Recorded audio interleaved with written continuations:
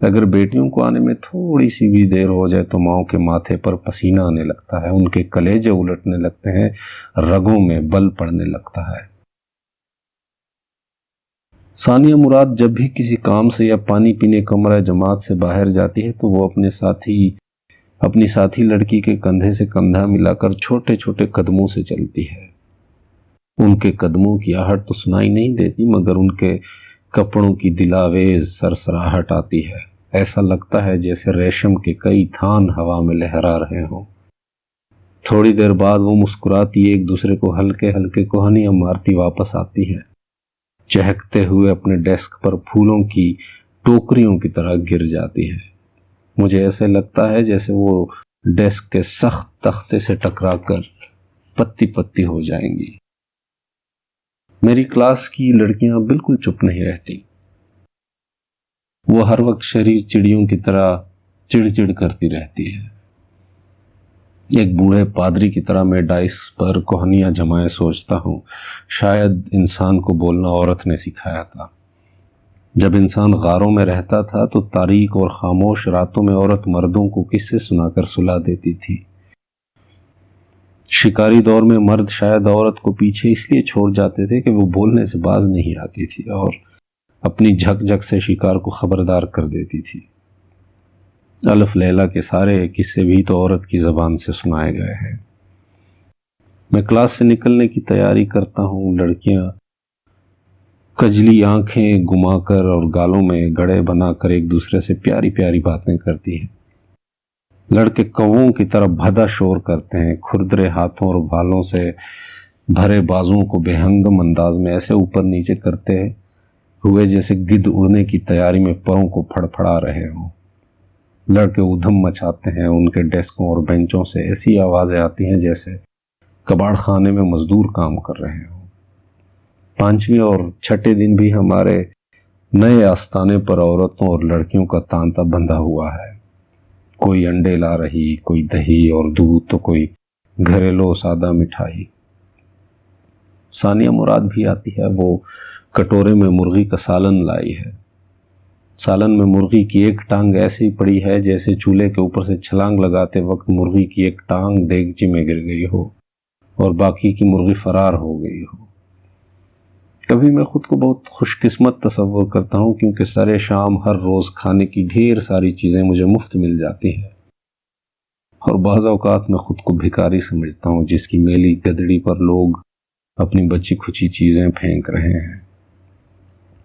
اگلے دن ثانیہ مراد اپنی class fellow Rehana کے ساتھ ہمارے گھر آتی ہے۔ دونوں آتے ہی کام میں جت جاتی ہیں۔ ریحانہ جھاڑو دینے کے بعد چلی جاتی ہے مگر ثانیہ چھوٹے موٹے کام کرتی رہتی ہے۔ کام ختم ہونے کے بعد میں اسے چائے پینے کے لیے کہتا ہوں، وہ میرا حکم بجا لانے کے لیے ادب سے میرے سامنے بیٹھ کر چائے پینے لگتی ہے۔ چائے کی پیالی ہلکے سے اس کی نازک سندر ہونٹوں سے مس کرتی ہے اور چائے بے آواز طریقے سے اس کے ہونٹوں میں غائب ہو جاتی ہے جیسے گلاب کی پتیوں میں شبنم غائب ہوتی ہے۔ میں اس سے اس کے گاؤں کے بارے میں پوچھتا ہوں اور وہ سکڑی ہلکے سے جھولتی، آنکھیں اٹھاتی، کبھی نیچے کرتی، مؤدب طریقے سے میرے فضول سوالوں کے جواب دیتی ہے۔ کلاس میں سبق کے دوران میں ثانیہ کو تکتا ہوں، جب وہ نشیلی آنکھیں اٹھا کر میری طرف دیکھتی ہے تو میں اپنی آنکھیں دوسری طرف پھیر لیتا ہوں، پھر وہ نظریں نیچی کر لیتی ہے اور میں اسے پھر سے تکنا شروع کر دیتا ہوں، پھر وہ نظریں اوپر اٹھاتی اور میں نیچے دیکھنے لگتا ہوں۔ کبھی کبھی میری اور ثانیہ کی نظریں ایک دم ٹکراتی ہیں، ایک سریلا شور اٹھتا ہے، رنگین دھول اور خوشبودار دھواں اڑتا ہے، اس کی قاتل نگاہوں کے سامنے میں خود کو بے بس پاتا ہوں۔ میں اس کی طلسماتی آنکھوں سے نکلنے والی غیر مرئی ٹھاٹھیں مارتی لہروں میں تنکے کی طرح بہتا چلا جاتا ہوں۔ ایک دن تفریح میں ثانیہ میرے پاس آتی ہے اور رنگ برنگی ٹافیوں سے بھری مٹھی میرے سامنے کھولتی ہے۔ مجھے ایسا لگتا ہے جیسے ٹافیاں اس کی گوری چٹی ہتھیلی سے تتلیاں بن کر اڑ جائیں گی اور وہ خود پری بن کر ان تتلیوں کو پکڑنے کے لیے ہوا میں اڑ جائے گی۔ مدھر موسیقی کا مرغولا کمرے میں داخل ہوتا ہے، تتلیوں کے رنگ برنگے پروں سے بنے تاج محل فضا میں تیرتے ہیں۔ میرا جی چاہتا ہے کہ وہ ٹافیوں سے مٹھی بھرے، مسکراتی اسی طرح میرے سامنے کھڑی رہے اور میں اسے دیکھتا رہوں، پھر اس کی مٹھی سے ایک ٹافی اٹھاتا ہوں اور جیب میں محفوظ کر لیتا ہوں۔ ایک لڑکا ریحان اکثر ثانیہ مراد سے بولتا رہتا ہے، اسے کاپی دیتا ہے یا اس سے لیتا ہے، اس سے پین اور پنسل کا تبادلہ کرتا رہتا ہے۔ مجھے اس لڑکے پر غصہ آتا ہے، میں اسے سمجھانے کے لیے سزا دیتا ہوں، حالانکہ اس نے کوئی خاص غلطی بھی نہیں کی ہے، مگر وہ پھر بھی نہیں سمجھتا اور مسلسل ثانیہ سے بولتا ہے، چیزیں دیتا اور لیتا ہے، حتیٰ کہ ٹافیوں اور بسکٹوں کا تبادلہ کرتا ہے۔ میں اسے علیحدہ میں سمجھاتا ہوں، ریحان تم لڑکیوں کو تنگ کیوں کرتے ہو؟ تم یہاں صرف پڑھنے کے لیے آتے ہو۔ سر میں تو کسی لڑکی کو تنگ نہیں کرتا۔ جھوٹ مت بولو، تم ثانیہ کو کیوں تنگ کرتے ہو؟ ثانیہ وہ سر میری بہن ہے۔ ریحان لوہے میں ڈوبا خون آلود سپاہی ایک دم سرخ میدان جنگ سے اٹھ کر ماں کی گود میں گر کر انگوٹھا چوسنے لگتا ہے۔ مجھے اس سے دودھ کی بو آنے لگتی ہے۔ میں ہر روز شیو بنا کر صاف ستھرے کپڑے پہنتا ہوں اور ولایتی پرفیوم لگا کر لش پش ہو کر ڈیوٹی پر آتا ہوں۔ ثانیہ کی ہوش ربا آنکھیں مجھے دوڑا کر اسکول لے آتی ہیں۔ میں سارا دن مضبوط گھوڑے کی طرح کام کرتا ہوں۔ ثانیہ سے نظروں کی آنکھ مچولی ہوتی ہے اور اس چالاکی اور مہارت سے کہ دوسرے لڑکے لڑکیوں کو شک بھی نہیں گزرتا۔ سبق کے خاتمے پر کبھی کبھار اپنے اسٹوڈنٹس کو شرافت، حیا اور ایمانداری پر چھوٹا سا لیکچر دیتا ہوں۔ جب چھٹی کی گھنٹی بجتی ہے تو مجھے بخار سا آنے لگتا ہے۔ مٹیالی مکڑیاں مجھے نکاحت کے جال میں جکڑ جاتی ہیں۔ نیم مردہ ریشم کے کیڑے کی طرح مجھے اپنا آپ کوکون کے کفن میں لپٹا ہوا محسوس ہوتا ہے۔ میرا جی چاہتا ہے کہ سورج دوبارہ مشرق کی طرف چلا جائے، دوبارہ صبح ہو جائے، لڑکے لڑکیوں کے چہرے شبنم میں دھلے ہوئے پھولوں کی طرح تازہ اور شگفتہ ہو جائیں، دوبارہ اسکول لگنے کی سریلی گھنٹی بجے، میری منڈھی ہوئی داڑھی کی ننھی سرمئی کونپلیں جلد میں جذب ہو جائے اور میں دوبارہ نویں جماعت کو پڑھانے میں جت جاؤں۔ میرا ایک ہمکار داؤد جو نویں جماعت کو ریاضی پڑھاتا ہے مجھ سے زیادہ خوبصورت اور سمارٹ ہے۔ ایک دن وہ اسکول نہیں آتا اور ثانیہ بھی اسکول نہیں آتی۔ مجھے سارا دن یہ غم ڈستا رہتا ہے کہ داؤد اور اس کے درمیان کوئی سمجھوتا ہے۔ اس نے ثانیہ کو فون پر بتا دیا ہوگا کہ وہ اسکول نہیں آ رہا۔ ثانیہ کو داؤد کے بغیر اسکول سونا سونا لگتا ہوگا، اس لیے وہ بھی اسکول نہیں آئی۔ میری نیندیں اچاٹ ہو جاتی ہیں اور کئی دن تک میں پریشانی کے بھنور میں رہتا ہوں۔ میں ثانیہ کو سزا دے کر سبق سکھانا چاہتا ہوں مگر مجھے کوئی بہانہ نہیں ملتا۔ میں خواب میں دیکھتا ہوں کہ داؤد ثانیہ کو کتابوں کے ساتھ اسکول بیگ میں بند کر کے گھر لے جاتا ہے۔ گھر پہنچ کر وہ اسے ایک کتاب میں رکھ کر بھول جاتا ہے۔ کچھ دنوں کے بعد میں اس کتاب کو کھولتا ہوں اور ثانیہ کو پرانے پھول کی طرح کاغذی اور سوکھا ہوا پاتا ہوں۔ وہ پھدی کی طرح بولتی ہے اور تتلی کی طرح اڑ جاتی ہے۔ میں کئی دنوں تک بے حال رہتا ہوں، میری بھوک جاتی رہتی ہے، میرا معدہ الٹ جاتا ہے۔ آخر ایک دفعہ جب میں ثانیہ اور دوسری لڑکیوں کے داؤد کے ٹیچنگ میتھڈ کا مذاق اڑاتے سنتا ہوں تو بہت خوش ہوتا ہوں۔ میرا الٹا ہوا معدہ ایک خوشگوار جھٹکے سے سیدھا ہو جاتا ہے۔ میرے پیٹ میں بھوک کی پھل جھڑیاں چھوٹنے لگتی ہیں۔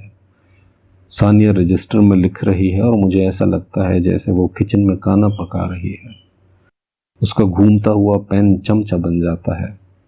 اس کے رجسٹر کے ورق سے بھاپ اٹھنے لگتی ہے۔ کلاس روم کھانے کی خوشبو سے بھر جاتا ہے۔ ایک دفعہ ثانیہ پورے 3 دن تک اسکول نہیں آتی۔ میں بے قرار رہتا ہوں، مارے شرم کے کسی سے پوچھ بھی نہیں سکتا کہ وہ کہاں گئی ہے۔ 3 دن بعد ایک لمبی قیامت خیز جدائی کے بعد جب کہ میں خود کو بوڑھا محسوس کر رہا ہوں، ثانیہ جب اسکول آتی ہے تو اس کے سفید ہاتھوں پر مہندی سے لمبی اور نازک بیلیں بنی ہوتی ہیں۔ اس کی گوری چاندی جیسے کلائیوں پر رنگ برنگی چوڑیاں کھنک رہی ہیں۔ اس کے چمکدار کالے بال کسی اور طرح سے گندھے ہوئے ہیں اور ان میں رنگ برنگی چھوٹی چھوٹی کلپیاں جگنوں کی طرح چمک رہی ہیں۔ آج وہ ایسے لہک لہک کر بول رہی ہے جیسے بلبل بہار کی آمد پر بولتی ہے۔ وہ اپنی لمبی سفید انگلیوں کو سنہری مچھلیوں کی طرح ہوا میں تیراتی ہے، خوبصورت آنکھوں کو بنٹوں کی طرح گھما کر لڑکیوں کو شادی، دلہن، نئے کپڑوں اور زیورات کے بارے میں بتا رہی ہے۔ میرا جی چاہتا ہے کہ اپنی کرسی اس کے ڈیسک کے قریب رکھ لوں، اس کی خوشبو کے حلقے میں بیٹھ جاؤں اور اس کی میٹھی میٹھی باتیں سنوں، مگر میں پڑھانے کا عزم رکھتا ہوں۔ میں کتاب لیے ڈیسکوں کے قطاروں کے درمیان لنگڑے شب گرفتہ بھنورے کی طرح بھن بھناتا ہوں۔ لڑکیوں کے سر کتابوں سے اٹھ کر ثانیہ کے سر سے جڑ جاتے ہیں۔ ایسے لگتا ہے جیسے کئی تتلیاں ایک پھول پر بیٹھ گئی ہو۔ میٹھے نقرئی کہکہے اڑتے ہیں۔ پھولوں کے بستروں میں سو کر اٹھنے والی پریوں کی طرح ثانیہ کے کپڑوں میں لگے پرفیوم کی مہک انگڑائی لیتی ہے۔ میں اس خوشبو کو سونگھنے کی کوشش کرتا ہوں۔ لنگڑا بھنورا پھول کی پتی سے ٹکرا کر بے ہوش ہو جاتا ہے۔ مجھے اپنا آپ صفحہ ہستی سے مٹا ہوا محسوس ہوتا ہے۔ میرا وجود ٹھنڈا پانی بہہ کر بہہ جاتا ہے۔ کلاس میں خاموشی چھا جاتی ہے۔ میں کئی ہزاریاں عالم نسیاں میں گزارتا ہوں، پھر میں خود کو سنیل کی طرح رینگتا محسوس کرتا ہوں۔ لڑکوں لڑکیوں کی بھن بھناہٹ میرے سن کانوں کو کریدتی ہے۔ میں خود کو ثانیہ مراد کے قدموں سے قطرہ قطرہ چنتا ہوں۔ میں اپنے ہاتھوں، کانوں اور ناک کو اپنی اپنی جگہ ٹانکتا ہوں۔ کھوپڑی کے کھوکے کی بھول بھلائیوں میں بھیجے کے گلابی گچھوں کو ایڑی سے دبا کر اپنی جگہ پر بھرتا ہوں۔ رگوں کی وائرنگ کو دوبارہ فٹ کرتا ہوں۔ ہڈیوں کے ڈھانچے پر گوشت مونڈ کر اوپر سے بھوری چمڑی کا لیپ کر دیتا ہوں۔ روبوٹ کی طرح میرے جسم پر کئی کمکمے جلنے لگتے ہیں۔ میرا انگ انگ زندگی کی تپش سے چیخنے لگتا ہے۔ میں دوبارہ سبق پڑھانا شروع کرتا ہوں۔ سبق کے دوران 2-3 دفعہ میں ثانیہ کو ڈانٹتا ہوں۔ ثانیہ باتیں مت کرو، سبق کو دیکھو، مگر وہ چہکتی رہتی ہے۔ پھلجھڑی ایک دفعہ آگ پکڑ لے تو پھر اسے کون روک سکتا ہے؟ میں کتاب لیے کلاس روم میں کولو کے بیل کی طرح گھومتا رہتا ہوں۔ میری کتاب کے حروف اڑ جاتے ہیں۔ مجھے اب وہ زیورات اور مہندی کے ڈیزائنوں والی کتاب لگتی ہے۔ میں سبق پڑھاتے وقت 3-4 جگہوں پر غلطی کرتا ہوں۔ ایک دفعہ 2 سطریں چھوڑ جاتا ہوں، دوسری دفعہ ایک لفظ کا غلط معنی کرتا ہوں، اور تیسری دفعہ سبق کے درمیان ایک ایسا جملہ کہہ دیتا ہوں جس کا سبق سے کسی طور کوئی تعلق نہیں بنتا۔ شاید وہ جملہ مہندی یا چوڑیوں کے بارے میں تھا۔ دلہن کے ہاتھوں پر مہندی تو اللہ، اس کے زیور بھاری کڑائی والے، نیلا دوپٹہ۔ جو ثانیہ دلہن کو میک اپ کراتی جاتی ہے، میرے خیالوں میں وہ خود دلہن بنتی جاتی ہے، گہنے پہنتی جاتی ہے، اس کے دوپٹے پر باریک کیسری بیلیں اگتی جاتی ہیں اور اس کا خوبصورت چہرہ گھونگھٹ میں چھپتا جاتا ہے۔ میں مہینے میں ایک بار ثانیہ سے پنسل، ربر یا بال پوائنٹ مانگتا ہوں اور انہیں اپنے پاس سنبھال کر رکھ لیتا ہوں۔ کیا وہ میری اس حرکت کو بھانپ گئی ہے؟ میں کچھ نہیں کہہ سکتا۔ منہ میں پین ڈال کر سوچنا اور بورڈ کی طرف دیکھنا اس کی عادت ہے۔ ایک دن وہ لیک پین کو منہ میں ڈالے رہتی ہے۔ نیلی روشنائی اس کے سامنے والے دانتوں کی رنگتی رہتی ہے۔ جب وہ اپنی کاپی چیک کرانے میرے پاس آتی ہے تو اس کے سامنے والے دانت نیلم کے بنے ہوئے لگتے ہیں۔ جس دن ثانیہ اسکول نہیں آتی تو مجھے اسکول اجڑا اجڑا نظر آتا ہے۔ میری طبیعت خراب ہو جاتی ہے، میں دل لگا کر نہیں پڑھاتا۔ شاگردوں کا بولنا اور سوال پوچھنا مجھے بہت برا لگتا ہے، مجھے ان کی شکلیں بری لگتی ہیں۔ میرا جی چاہتا ہے کہ اپنے شاگردوں کو چھت سے الٹا لٹکا کر پیٹوں۔ کلاس روم کی دیواروں پر مجھے کائی جمی ہوئی لگتی ہے۔ میری ناک میں پھپھوندی لگی کھمبیوں کی عفونت چھڑ جاتی ہے اور میرا دم گھٹنے لگتا ہے۔ اسکول کی عمارت مجھے دشمن کی خوفناک چھاؤنی لگتی ہے۔ میرا دل کرتا ہے کہ اسے ڈائنامائٹ سے اڑا دوں، بوڑھے پرنسپل کی اینک توڑ دوں اور اپنے ہمکار اساتذہ کو ذلیل کر کر نوکری سے نکال دوں۔ کام نہ کرنے پر میں لڑکوں کو سزا دیتا ہوں مگر لڑکیوں کو نہیں مارتا۔ ایک دن میں لڑکیوں کو بھی مارتا ہوں۔ ثانیہ کو بھی 3 چھڑیاں لگاتا ہوں، وہ مار کھانے کے لیے تیار نہیں ہے۔ مجھ سے غصے اور تیزی میں چھڑی اس کی کلائی پر لگتی ہے، اس کی چوڑیاں چھڑنگ کر کے ٹوٹتی ہیں، ٹوٹے شیشوں کی رنگین آتش بازی ہوتی ہے، ایک دلاویز شور ہوتا ہے اور کرچیوں کی ننھی آبشار فرش پر گرتی ہے۔ پھر یکا یک خاموشی در آتی ہے، اس کی آنکھوں کے کالے حاشیوں میں آنسو بھر آتے ہیں، ٹوٹی چوڑیوں کی کرچیاں اس کی کلائی کو زخمی کر دیتی ہیں۔ مجھے اپنا آپ جلاد لگتا ہے۔ میں اپنی کرسی پر چلا جاتا ہوں اور وہ چاک کو پیس کر اپنے زخموں پر لگاتی ہے، معصوم میمنے کی طرح مجھے آبدیدہ آنکھوں سے دیکھتی ہے۔ چھٹی کے بعد جب سارے لڑکے لڑکیاں کلاس روم سے نکل جاتے ہیں تو میں ثانیہ کے ڈیسک کے پاس جاتا ہوں، چوڑیوں کے رنگ برنگے ٹکڑوں کو چنتا ہوں اور چوم کر جیب میں ڈال لیتا ہوں۔ مجھے اپنا آپ صدیاں غار میں گزارنے والے صوفی کی طرح لگتا ہے۔ میرے گلے میں لمبی تسبیح ہیں اور پتریلے منکوں کے ہار کھنکھناتے ہیں۔ میں ایک نروان یافتہ سادھو کی طرح انسانی آبادی کی طرف چل پڑتا ہوں۔ اسی دن شام سے ذرا پہلے ثانیہ ہمارے گھر آتی ہے۔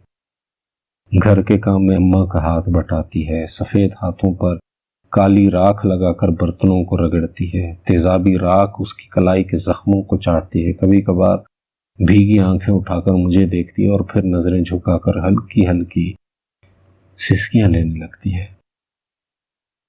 ایک دن بوڑھے پرنسپل کو مجھ سے زیادہ قابل ٹیچر مل جاتا ہے اور وہ چٹکی بجا کر مجھے اسکول سے ایسے باہر پھینک دیتا ہے جیسے کوئی چڑچڑی بڑھیا کسی شریر مرغ کو ٹانگ سے پکڑ کر شریف مرغیوں کے ڈڑبے سے نکال دیتی ہے۔ میں گاؤں میں آوارہ گردی کرتا ہوں، دل میں منصوبے بناتا ہوں۔ میں کنجوس پرنسپل کو گولی مار دوں گا، اسکول کو بم سے اڑا دوں گا۔ اگر میرے پاس پیسے آ جائیں تو 1 ہفتے کے اندر اندر ایسا شاندار تعلیمی ادارہ کھولوں گا جس میں بچوں سے فیس کم لی جائے گی اور اساتذہ کو تنخواہ دگنی ملے گی۔ اس طرح لوبی پرنسپل کی تعلیم کے نام پر تجارت کو ناکام بنا دوں گا۔ میں گلیوں میں مٹر گشت کرتا ہوں، کبھی دکان والے کے پاس بیٹھ کر سگریٹ پھونکتا ہوں یا پھر اپنے پڑوسی فیضو کے کھیت میں چلا جاتا ہوں۔ وہ مجھے کیڑے مار دواؤں میں ملاوٹ کی لعنت پر بھاشن دیتا ہے۔ یکا یک زمین ہلتی ہے، میں سمجھتا ہوں کہ میرا سر چکرا گیا ہے۔ ساتھ ہی عمارتوں کے گرنے کی آوازیں آتی ہیں، ہر طرف دھول کے بادل اٹھنے لگتے ہیں۔ میں گاؤں پر نظر ڈالتا ہوں، مجھے ایسا لگتا ہے جیسے کسی جنگی فلم کا خوفناک سین دیکھ رہا ہوں۔ مجھے اپنی آنکھوں پر یقین نہیں آتا۔ میری دائیں طرف میرا کرائے والا گھر ہے اور بائیں طرف اسکول۔ میں یکا یک اسکول کی طرف دوڑتا ہوں، پھر مجھے بوڑھی ماں اور بہن یاد آتی ہے اور میں گھر کی طرف بھاگ کھڑا ہوتا ہوں، مگر پھر مجھے ثانیہ کی آنکھیں یاد آتی ہیں۔ میں بلا تامل اسکول کی طرف بھاگتا ہوں۔ جہاں اسکول تھا اب وہاں اینٹوں اور کنکریٹ کا ایک بے ترتیب ڈھیر پڑا ہے۔ چند بچے اور 2-3 حواس باختہ اساتذہ ملبے کے ڈھیر کے ارد گرد چیخ رہے ہیں۔ اینٹوں اور کنکریٹ کے ڈھیر سے رونے اور چیخنے کی آوازیں آ رہی ہیں۔ ثانیہ کس کمرے اور کس جگہ پر بیٹھتی ہے مجھے اچھی طرح معلوم ہے۔ میں اس جگہ کی طرف بڑھتا ہوں، 8-9 اینٹوں اور کنکریٹ کے ٹکڑوں کو ادھر ادھر پھینکتا ہوں، مگر گری ہوئی کنکریٹ کی چھت کے بڑے بڑے ٹکڑوں کو ہٹانا میرے بس کی بات نہیں ہے۔ کمرے سے دوسری آوازوں کے ساتھ ساتھ ثانیہ کے چیخنے کی آواز بھی آ رہی ہے۔ ثانیہ میں آ گیا ہوں، تم ڈرو نہیں، میں پہنچ گیا ہوں نا، تھوڑی دیر میں تمہیں یہاں سے نکال لوں گا۔ امی بچاؤ، جلدی کرو، امی جلدی کرنو ورنہ میں مر جاؤں گا۔ ابو مجھے بچا لو، اینٹوں کا ڈھیر میرے سینے پر پڑا ہے، میرے سر سے خون بہہ رہا ہے، ابو جلدی کرو، سر مجھے یہاں سے نکالو، میرا دم گھٹ رہا ہے، میں مر جاؤں گی۔ لڑکے لڑکیاں چلا رہی ہیں، شاید وہ نہیں جانتی کہ ان میں اکثر کے والدین خود بھی کہیں ایسی ہی مصیبت میں گرفتار پڑے ہیں۔ آدھے گھنٹے کے بعد میں اور دوسرے اساتذہ ایک دوسرے کی موجودگی سے آگاہ ہوتے ہیں۔ ہم مل کر کنکریٹ کی چٹانوں کو ہٹانے کی کوشش کرتے ہیں مگر بے سود۔ میں اپنے گھر کی طرف بھاگتا ہوں۔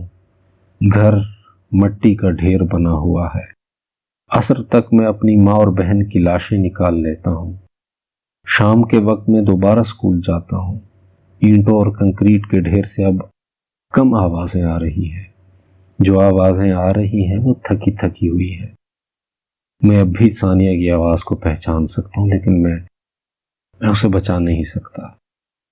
شام کا وقت ہے۔ خیموں میں نیم تاریکی اور خاموشی ہے، جیسے وہ کسی شکست خوردہ فوج کا پڑاؤ ہو۔ پہاڑوں کی چوٹیاں صحرا میں بھٹکے اونٹوں کے قافلے کی طرح لگ رہی ہیں۔ کچھ دیر بعد کھانا تقسیم ہونا شروع ہوتا ہے۔ میری جبلت مجھے اس طرف کھینچ لے جاتی ہے جہاں لوگ ہاتھوں میں برتن لیے قطار میں کھڑے ہیں۔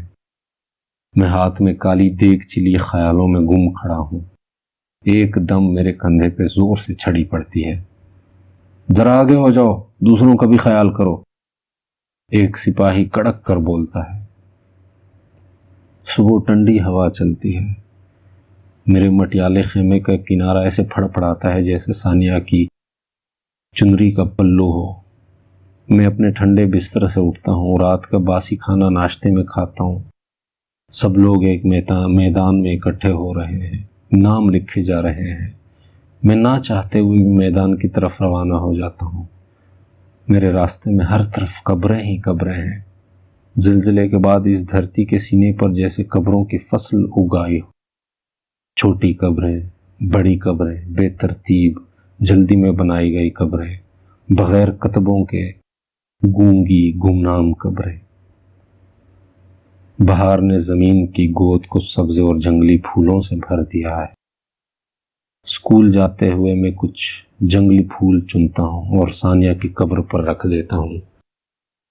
ہمارا نیا اسکول ایک بڑے تمبو میں چل رہا ہے۔ اساتذہ کم ہے، کلاسوں میں طلباء کی تعداد بھی کم ہے، شور بھی کم ہے۔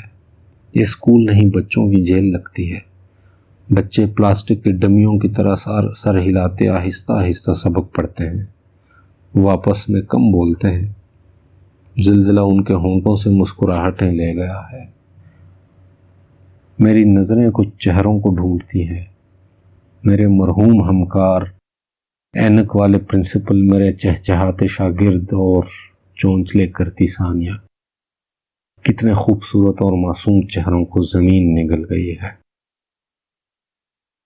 صدر، وزیر اعظم اور بڑے بڑے لیڈر آتے ہیں، بچوں میں کھلونے اور ٹافیاں تقسیم کرتے ہیں، ایک مصنوعی ہمدردی اور کاغذی مسکراہٹ کے ساتھ بے سہارا یتیم بچوں کے ساتھ فوٹو کھنچواتے ہیں، پھر انہیں سردی اور اندھیروں میں چھوڑ کر خود اپنے ہیلی کاپٹروں میں اڑانے بھر کر شہروں کی روشنیوں، آرام اور تحفظ کی طرف چلے جاتے ہیں۔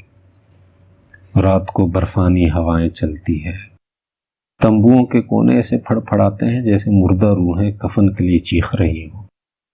آسمان میں ننھے ستارے سردی سے ٹھٹھرتے رہتے ہیں۔ میرے خیمے سے کچھ فاصلے پر میری اماں اور بہن ٹھنڈی بے چراغ قبروں میں سوئی ہوئی ہیں، اور دوسری طرف ثانیہ۔ مجھے دیر تک نیند نہیں آتی۔ میرے ذہن میں ماضی کے اچھے برے منظر تیرتے ہیں۔ میں انہیں بھلانے کی کوشش کرتا ہوں۔ میرے دماغ کا آسمان صاف ہو جاتا ہے، لیکن پھر آہستہ آہستہ دماغ کے آسمان میں یادوں کے دیے ستاروں کی طرح ٹکتے چلے جاتے ہیں، اور پھر میرے دماغ میں یادوں کے ہزاروں چراغ جلتے ہیں۔ سانسوں کی نازک ڈور کے سوا میرے پاس بچا ہی کیا ہے؟ میں زمین پر سویا ہوا ہوں۔ میرے سرہانے کے قریب 2 پرانی پنسلیں، ایک خالی پین، گھسا ہوا ایک ربر، ایک ٹافی اور ٹوٹی ہوئی چوڑیوں کی رنگ برنگی کرچیاں پڑی ہیں۔ میں ان سے کھیلتا رہتا ہوں، اور پھر صبح ہونے سے تھوڑی دیر پہلے مجھے نیند آ جاتی ہے۔